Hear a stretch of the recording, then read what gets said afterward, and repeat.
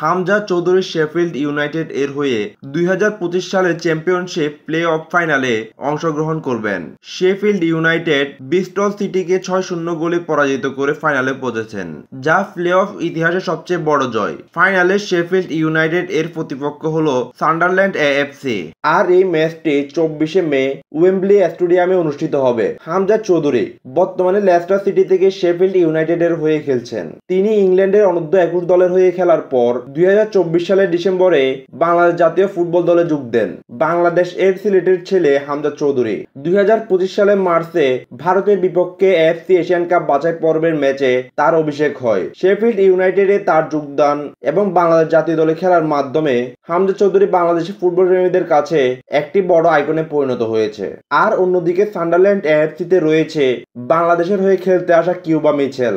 যদিও Cuba Mitchell বর্তমানে সান্ডারল্যান্ডের অনূর্ধ্ব 21 দলের সদস্য, কিন্তু শোনা যাচ্ছে সান্ডারল্যান্ড এএফসির সিনিয়র দলের সাথে কিউবা মিচেলকে ট্রেনিং করতে দেখা গেছে।